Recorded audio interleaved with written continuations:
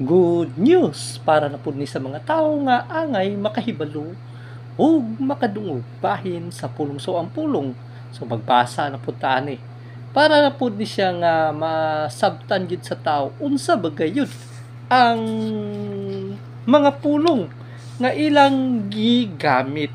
So unsaon man diya sa Mateo kapitulo 7 bersikulo 21 paingon sa 23. Dili ang tanan nga magtawag kaninyo Ginoo, Ginoo makasulod sa gingharian sa langit, kundi kadto lamang nagtuman sa kabubuton sa akong amahan nga atoa sa langit. Miadtong adlaw daghan unya ang muingon kanako, Ginoo, dili ba nagsangyaw man kami sa mensahe sa Dios? Naghingilin sa mga yawa o naghimog daghang mga milagro pinaagi sa imong ngalan? Apan ingnon ko unya sila, wala ako makaila kaninyo mga makasasala, pahawa kamo. So kana nga pulong nga pagsulti, dili di ay ang tao makasulod sa gingharian sa langit ang iyang kalag sa diha nga matapos ang kinabuhi sa tao diri sa kalibutan. Dili siya makasulod ang iyang kalag sa langit og ignon pa hinuon nga makasasala sa ilang pagsulti. Igo na lamang ang pagsangyaw o pagsulti sa mga pulong. Sa diha nga giingon pa sa Mateo kapitulo 7 bersikulo 15, pagbantay kamo sa mga mini nga propeta, muanha sila kaninyo nga murag mga karnero, apan ang tinuod sama sila sa bangis nga mga lobo. Mailhan ninyo sila sa ilang binuhatan, kay ang sampinit dili man mamungag ubas o ang kadyapa dili usab mamungag igos. Ang punuan nga walay sakit mamungag maayong bunga, apan ang punuan nga masakiton dili mamunga og maayong bunga. Dili makabungag walay pulos nga bunga. Ang punuan nga walay sakit sama nga ang masakiton nga punuan dili makabungag maayong bunga. Ang matag punuan nga dili mamungag maayong bunga putlon ug isugnod sa kalayo. Busa mailhan ninyo ang mga mini nga propeta pinaagi sa ilang binuhatan. So diha ninyo masabtan kay dili tanan magtawag sa Ginoo. So kana pa lamang unsa ba gayud ang timailhan diha sa ilang kaugalingon nga kini nga mga tawhana nagabuhat sa dili maayo. Ang matagsatagsa manggod sa mga tao, ang ilahang kaugalingon wala pa nila gisuta. Unsa ba gayud? Kay daghan man ang mga tao nga mutungha, apan dili di ay makasulod. So diha sa unang Korinto kapitulo 6 bersikulo 7 paingon diha sa bersikulo 11, ang inyong pagkihay nagpaila nga napakyas gayud kamo, dili ba maayo pa nga kamoy lupigan o tikasan, apan kamo na hinuon ang nanlupig ug nanikas bisan gani sa kaigsuunan. Sa walay duha-duha nasayod kamo nga ang mga dautan, so makasasala muna ang mga dautan, dili makasulod sa gingharian sa Dios. Ayaw pagpanlimbong kay ang mga tao nga makihilawason o nagsimba sa mga Diyos o mga mananapaw o nakighilawas sa isig kalalaki o isig kababae o kawatan o hakog o mga palahubog o tigbutang-butang o mga malapason sa balaod, dili makasulod sa gingharian sa Dios. Ang pipila kaninyo sa magayod ni ana kaniadto apan nahugasan na kamo sa inyong mga sala ug gihalad na kamo ngadto sa Dios. Gimatarong na kamo sa Dios pinaagi sa ngalan sa Ginoong Hesukristo ug pinaagi sa Espiritu sa atong Dios. Munang timan-an, pinaagi sa Espiritu sa atong Dios. So kana pa lamang unsa ba gyud ang pagpamatarong ug unsa ang pagbuhat sa dautan o pagsupak sa balaod sa Ginoo. Munang dili nila masabtan, dili nganong dili ang tanan magatawag sa Ginoo makasulod. Kada gi-identify na siya sa tao nga nagabuhat niya, pagbantay kamo nga nagtakuban o karnero apan palahubog di ay, o nagtakuban apan nakikilawas siya sama kaniya sa iyang isig kalalaki o sama kaniya sa isig kababae o siya nagatikas. So muna siya nga mga pulong nga bantayununon o sa pagpanapaw o sa tigbutang-butang. Na may mga tao tigbutang-butang, dili kamo tinuod, kamo wala kamo. Muna siya unahon nila pagbantay ang ilang kaugalingon. Ganang mga kaliwat ni Israel, wala naman kaila sa Ginoo, tigbutang-butang kana sila nga mga tao. Unsaon nila pagkaila nga kini sila ang kaliwat ni Israel, nagatawag sa Ginoo, nagasimba sa matuod nga Ginoo. Mo kanang wala nila masabtan. So kini nga mga nagpakaaron ignon nga sila sama sa karnero apan nagbutang-butang sa ilang isig katawo. Muna dili pa nila na masabtan sa ilang kaugalingon. Hinumdumi, muna siya ginong hinumdumi gayud ang mga pulong sa Dios. Nga ingon nga imo ng kahayag. Apan unsaon man para sa ilahang kaugalingon nga wala man gid nila matukib o masuta. Kay kini lamang igo lamang kini nga nagpahimangno sa ilang kaugalingon. Unsaon man nga makakuha sila og mga pagtulunan aron dili sila mapakyas. Kung kuhaan nila og panabot kini, kuhaan lang nila nig panabot diya sa unang Korinto kapitulo 3. Kuhaan lang nila. Kay kini usa ni siya ka instruction nga mahisama ka niini.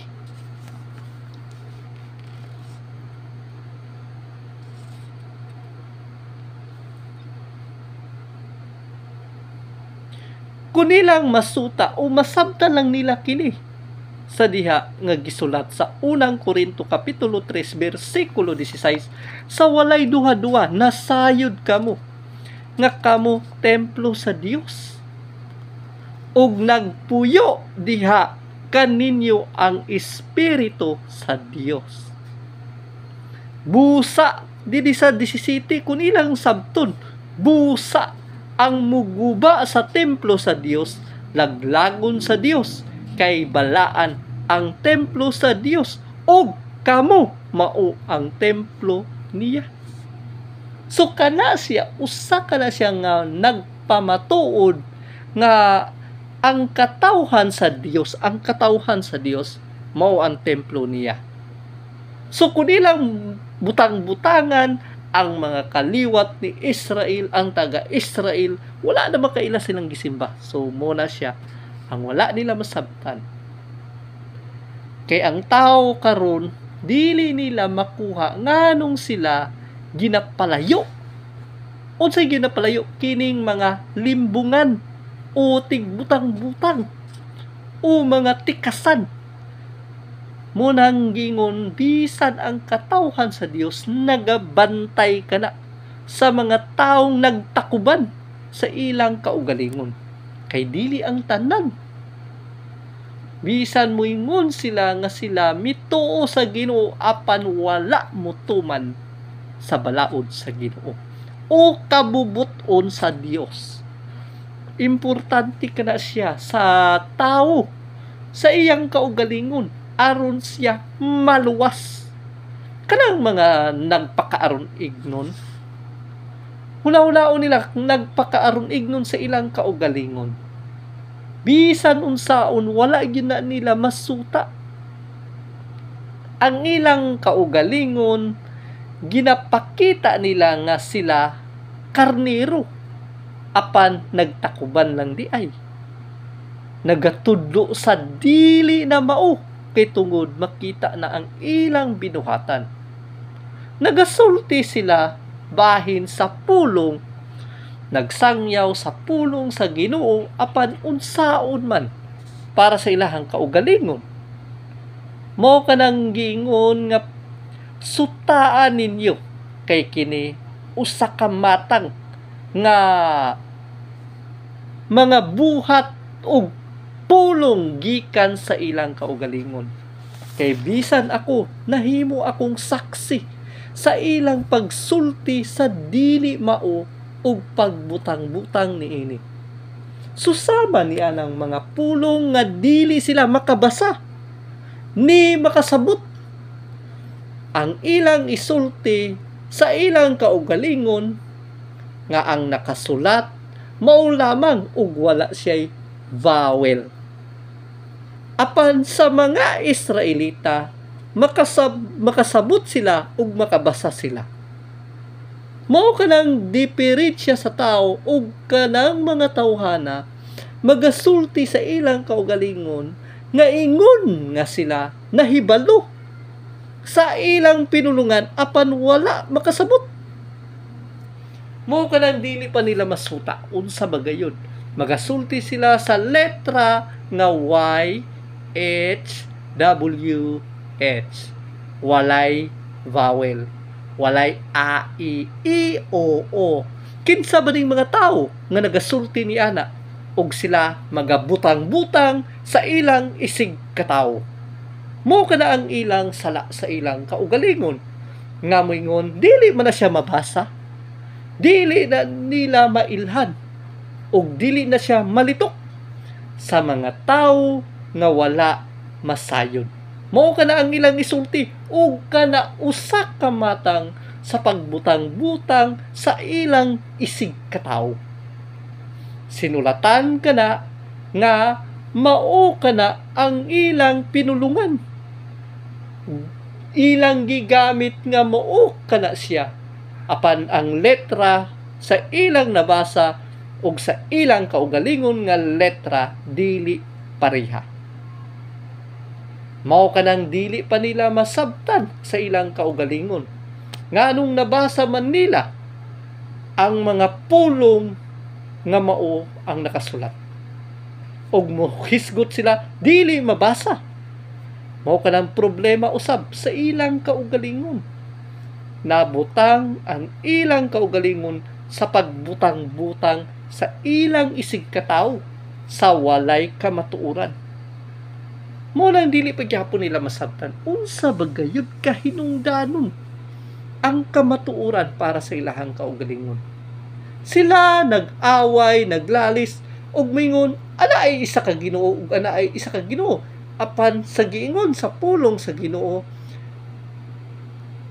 ang Ginoo nga atong Dios, ang Ginoo usara. Dili ba nga siya nagpaila ang Ginoo, ako ra ang Dios ug wa nay laing Dios gawas ngari kanako. So dili na ka makiglalis o makigbangi sa mga tao nga ang mga tao nagpakaginoo sa ilang kaugalingon. Muna nang giingon daghan Ginoo. Kay mismo sa ilang kaugalingon nagpakaginoo man sila. Ang Ginoo Espiritu ug siya lamang ug wa nay lain nga Ginoo. Ayaw gamita ang iyang balaan nga ngalan sa dautan nga tuyo. Munang sala sa tao, maghisgot sila nga naay dako nga Ginoo, naay gamay nga Ginoo. Wala nay gamay nga Ginoo. Ang Ginoo siya ra gayud ug wa nay lain gawas kaniya. So munang dili gihapon na nila masabtan, balaod ka na sa Ginoo. Pulong ka na sa Ginoo. Kamatuoran ka na sa Ginoo. So muna siya ang kinahanglan nga para sa tao. Nganong mag-away, maglalis pa sila nga mismo kini nga nagpamatuod si Kristo nagpamatuod nga ang espiritu sa Ginoo ania kanako. Si Kristo mismo nagpamatuod nga ang Ginoo espiritu. Nganong ila pa mang iwani-wani unsa pa na ilang ginasulti sa usa lamang kapulong nga dili nila masabtan, ang amahan ug ako nagkahiusa. Mo nang dili nila makuhaan og panabot. Kay tungod lisod sa ilang kaugalingon ang pagdawat ni anak. So kayang amahan espiritu ug dik naa sa iyang anak, kay ang anak gibuhat sa Ginoo nga ingon nga iyang templo. Muna dili nila masabtan sa diha nga si Kristo dito sa Jerusalem sa templo sa binuhat sa tao og niingon si Kristo gub-a kining templo. Ang Ginoo ang namulong adto, ang espiritu sa Ginoo og sa tulo ka adlaw pagatukuron ko usab. So ang magtutukod mo ang espiritu sa Ginoo. Mo lang dili gihapon nila masabtan sa ilang kaugalingon. So sa diha nga gigawas sa baba ni Kristo, bahin niya na kay sa iyang giingon ang espiritu sa Ginoo ania kanako. So unsaon man nila nga masabtan bisan sa unang Korinto kapitulo 3 bersikulo 16 nga nagpasabot diha nga ang lawas sa tao templo sa Dios ug ang espiritu sa Dios nagapuyo diha kaniya kay kini balaan. Kada gihapon mo unang dapat sutaon sa tao, dili kay makiglantugi, makigdebate, ako ang pinakamaayo, ako ang nasayod, ako ang tinuod. Muna silang dili nila masabtan sa ilang kaugalingon. Apan unsaon man, bisan gali silang kaugalingon, pag-abot sa panagtapok kanila, magasulti sila, ang nasod sa Israel wala makaila sa Ginoo. Usa ka matang sa pagbutang-butang sa ilang isig ka tawo, labi na ang pinili pagyud sa Dios. Disod dawaton sa ilahang kaugalingon unsa ang kamatuoran. Kung kini makuha nila nga mga panabot, dili sila mag-apas sa kwarta. Dili sila mahigugma sa kwarta.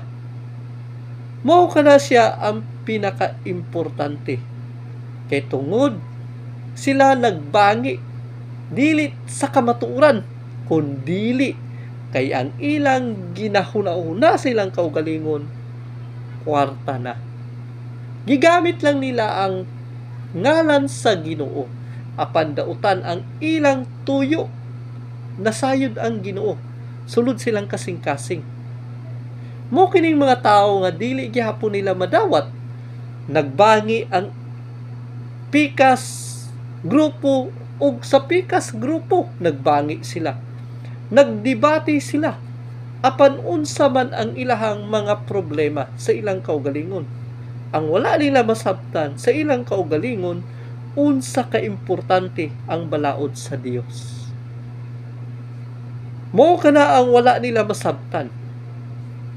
Kay ang isa naghukom bahin ni ana sa ilang mga daotang binuhatan o kasaypanan, apan kini nga mga tawo nga ginasultian, dili nila madawat nga sayop sa ilang kaugalingon sa pagbuhat niini. Para sa ila insakto. Mo nang dili nila masabtan. Ang pikas mo gihapon, apan dili nila madawat ang ilahang kasaypanan. Kay tungod walay tao nga dili mahimong gawas nun sa iyang kaugalingon kung dili niya koreksyonan o dawaton. Kini nga mga klase nga mga tao, problema sa ilang kaugalingon pag-abot sa panahon. Kung kini sila dili pagailhon sa Dios. Unsao nila pagkahibalo sa pagsulod sa gingharian sa Dios? Makigdebate ka diha sa entablado o diha sa plaza, makigdebate ka sa imong kaugalingon kay ikaw hanas og nagpakarunig nun nga nahibalo sa imong kaugalingon. Ang Dios espiritu, dili binuhat sa tao. Ang Dios dili hinulma sa tao. Ang Dios dili gamiton ang iyang ngalan sa daotan nga tuyo. So kana siya importante kay na. Ang Dios naggahin sa adlaw nga para pagpakabalaan. Apan ang ilang huna-huna sa ilang kaugalingon dili mao. So ginakoreksyonan sila mismo sa pulong sa Dios, apan sila mismo dili makadawat. Walay makailis niini. Bisan si Kristo. Gituman ni Kristo ug gipasabot niya ang panahon nga gihatag sa Ginoo sa ikapito nga adlaw ingon sa pagpangayo sa mga masakiton. Kay si Kristo nagbuhat man ug nagtrabaho niana. Apan dili nila masabtan ang iyang pagtrabaho ingon nga nagsangyaw ug nag-ayo sa mga masakiton. Mo kanang dili nila masabtan, gipasabot sa Ginoo kung unsa ang iyang obligasyon panahon sa ikapito nga adlaw ug pag-atubang niini sa iyang katawhan. Mo nang dili nila masabtan kay dili nila madawat sa ilahang kaugalingon. Kay kini nga mga tawo sa ilang kaugalingon dili nila makuha unsa bagayud ang tumong sa Ginoo para sa ilang kaugalingon. Lisod dawaton, lisod sundon kay tungod ang garbo sa tao nagpatigbabaw. Makigdebate sila sa ilang kaugalingon. Ang pikas ningon pwede ka mga sawa og daghan, apan ang Ginoo nag-ingon na daan. Ang Ginoo mismo, dili tao. Gibuhat ko ang tao nga magkaparis. Bisan sa panahon ni Noe, gisultian si Noe nga magkaparis lamang.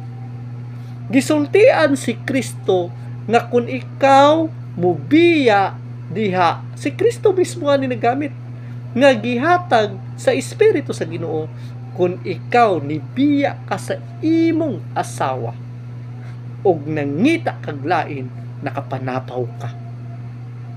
So you are committing adultery in the sight of God. So sa iyahang pananaw sa Dios, nakabuhat kag sayop. Unsa na lang kaha kini nga mga tao nga dili nila madawat sa ila pong kaugalingon. Ang mga tao karon dili nila makuha unsa bagayud ang kamatuoran. Hantod kanusa pa sila makasabot niya na ang tao ginahaylo o gipakadiyos nila ang kwarta. Kay nganong gipakadiyos nila ang kwarta, kung dili sila mubuhat sa pagpamakak, sa pagpanglimbong o pagpanikas, pinaagi sa kwarta, ang kwarta gihimo nilang ilang agalon. Gipakadyos nila sa ilang kaugalingon. Muna wala nila masabtan. You cannot serve two master, money and God. So, dili ni mo na siya mapariha. Kay kaulitan yun niya ang isa. Munang dili gihapon na nila masabtan. Unsaon nila nga matukib ug masuta bagayod ang insakto. Unsa ang gingharian sa Dios. Unsa ang Dios nga maghari sa imong kaugalingon. Ug unsa nga mahimo kang templo sa Espiritu sa Dios. Munang dili nila masabtan. Unsa bagayod ang pinakaimportante sa ilang kaugalingon. Makiglantugi, makiglalis, makigdebate, bisan pila na katuig. Bisan pila na kadikada, apan dili pa nila makuha sa ilang kaugalingon. Unsa may ilang ipasigarbo sa ilang kaugalingon nga sila batid ug daghan ang ilang nalimbungan o natikasan? Ngano man sa ilahang kaugalingon dili nila madawat nga nakapanikas sila. Dili ba ang ilang ginatudlo sa ilahang mga miyembro o gingsakupan nga ang nasod sa Israel wala makaila sa ilang gisimba nga Dios o kanang upat ka letra nga dili nila mabasa o moingon sila walay bawel o mismo ang Israel nga katawhan wala makahibalo og nasayod niya na. Dili ba usa ka matang sa pagbutang-butang ug pagtudlo sa ilahang mga miyembro niya na? Apan unsaon man nila nga makabasa sila niya na? Magsulat ako og letra nga pinulungan sa Hebreo og moingon ko unsaon nimo pagbasa sa imong paglito nga kanang anghel nga pangalan Uriel. Na ba kay mabasa ana nga oo bisan ana wala. Apan nganong malitok manimog Uriel kana nga ngalan nga anghel o kanang Michael nga nay oo nga wala man na dito nabutang sa inana nga litra o ang anghel nga gingan Gabriel nga naa dito sa nasulat sa pinulungan nganong nalitok o wa kay makita nga vowel. Giunsa nila pagkahibalo ini nga mga ngalan sa mga anghel. Giunsa nila pagsulti og Abraham. Mo kini sila nga mga tao nga wala gayud masayod unsa ang ilang mga pamulong sa ilang kaugalingon nga sila mismo nagbutang-butang sa kasaypanan hinuon ang ilang gidangatan. Unsaon nila pagkahibalo? Literal sa ilang kaugalingon nga dili nila na madawat. Ang ngalan pa lamang sa Ginoo unsa pa ka ang mga ngalan sa mga propeta nga wa ba kay mabasa nga vowel. Nganong inyo mang ginabasa nga naay vowel sa inyong kaugalingon? Mausab nang wala nila masabtan. Unsa ba gayon ang kamatuoran? Kay ilang gibutang sa ilang kaugalingon ang mga tumong unsa ba nga pinakamaayo nga ilang buhaton mao lamang ang pagtutok sa Ginoo. Lisod para kanila sa ilang kaugalingon. Bahin sa pagkaon, naglalis sila bahin sa pagkaon. Apan wala gihapon sila makasabot bahin niya na. Ang lawas sa tao, templo sa Dios. Kinahanglan ampingan nimo ang lawas nimo. Labi na sa pagkaon. Apan dili gihapon na nila masabtan, makiglantugi sila sa ilang isig katao. makigdebate sila kay dili sayop lagi na mo, kini mo sakto pwede ka mo kaon ini. Apan dili nila masabtan sa diha nga mahimo silang masakiton unsa ba ilahang paingnan, moduol sa Ginoo kay magpaayo sa ilahang sakit. Apan kun moduol sila sa doktor, gibawalan sila sa doktor, ayaw pagkaon niini kay ang imong sakit musamot. Mao kanang wala usab nila masabtan sa ilang kaugalingon unsa kaimportante ang mga pulong sa Ginoo nga masabtan nila. Kini lamang nga mga pulong lisod tugkaron para sa tao unsa bagayud ang dalan nga imong pag-agian. Ang mga tao dili na sila mo undang sa ilang kaugalingon sa paglutos sa tinuod nga nagsunod sa Ginoo.